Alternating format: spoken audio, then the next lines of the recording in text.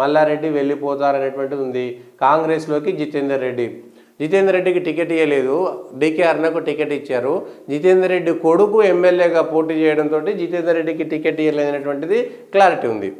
జితేందర్ రెడ్డికి టికెట్ ఇవ్వలేదనేది, జితేందర్ రెడ్డికి టికెట్ రాదని కూడా తెలిసింది. నేను ఎంపీ ఎన్నికల్లో పోటీ చేయనని జితేందర్ రెడ్డి స్వయంగా చెప్పుకున్నారు. మళ్ళీ ఇప్పుడు రేవంత్ రెడ్డి తోటి సీఎంఏ తన ఇంటికి వస్తే తన స్టేచర్ పెరుగుతుంది అనేటువంటిది ఒక విషయము. రేవంత్ రెడ్డి చెప్పకుండా పోయిందా చేయకుండా పోయిందా అనేటువంటిది పక్క విషయం. కానీ పోవడం మాత్రం క్లియర్గా పార్టీ మారడం అనేటువంటిది క్లియర్గా ఉంది.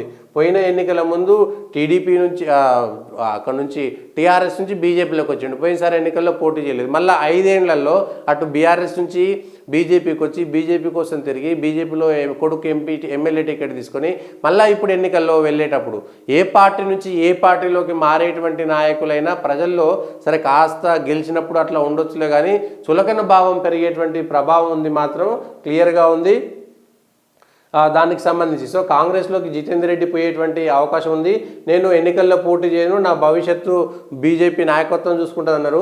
అదే టైంలో రేవంత్ రెడ్డి ఇక్కడ జితేందర్ రెడ్డి దగ్గర పోయి కలిసినప్పుడు వాళ్ళ కొడుకు జితేందర్ రెడ్డి కొడుకు మహబూబ్నగర్ ఎమ్మెల్యేగా పోటీ చేసినటువంటి మిథున్ రెడ్డి పాపం డీకే అరుణతో పాటు ప్రెస్ మీట్లో కూర్చున్నాడు. ఈ విషయం ఆయనకు తెలుసా తెలియదా, తెలిసినాక వెంటనే రియాక్ట్ అవ్వదా చెప్పలేనటువంటి పరిస్థితుల్లో అప్పుడు ఆయన మిథున్ రెడ్డి పాల్గొన్నారు.